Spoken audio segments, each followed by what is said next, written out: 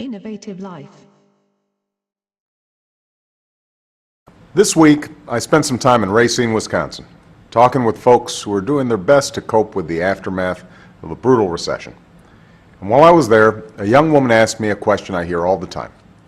What are we doing as a nation to bring jobs back to this country?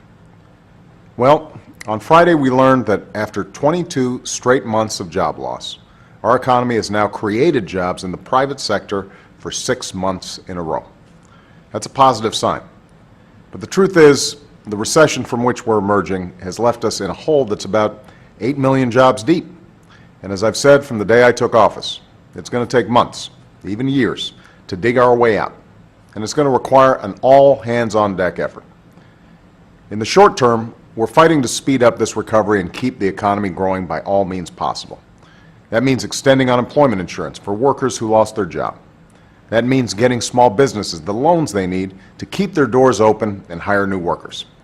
And that means sending relief to states so they don't have to lay off thousands of teachers and firefighters and police officers.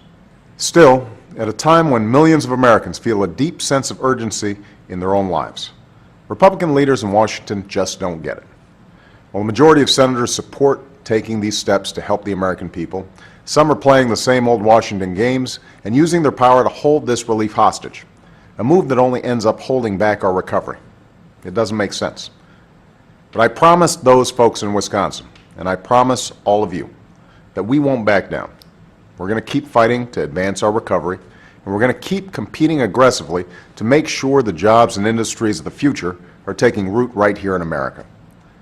That's one of the reasons why we're accelerating the transition to a clean energy economy and doubling our use of renewable energy sources like wind and solar power, steps that have the potential to create whole new industries and hundreds of thousands of new jobs in America.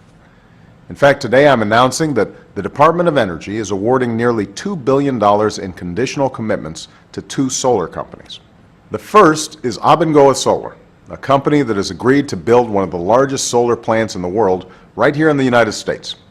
After years of watching companies build things and create jobs overseas, it's good news that we've attracted a company to our shores to build a plant and create jobs right here in America. In the short term, construction will create approximately 1,600 jobs in Arizona. What's more, over 70% of the components and products used in construction will be manufactured in the USA, boosting jobs in communities and states up and down the supply chain. Once completed, this plant will be the first large-scale solar plant in the U.S. to actually store the energy it generates for later use, even at night. And it will generate enough clean, renewable energy to power 70,000 homes.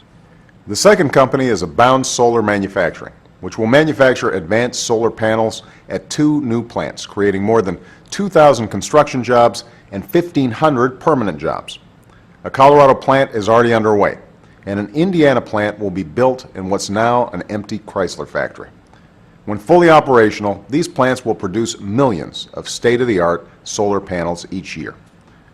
These are just 2 of the many clean energy investments in the Recovery Act. Already I've seen the payoff from these investments. I've seen once shuttered factories humming with new workers who are building solar panels and wind turbines, rolling up their sleeves to help America win the race for the clean energy economy. Innovative Life.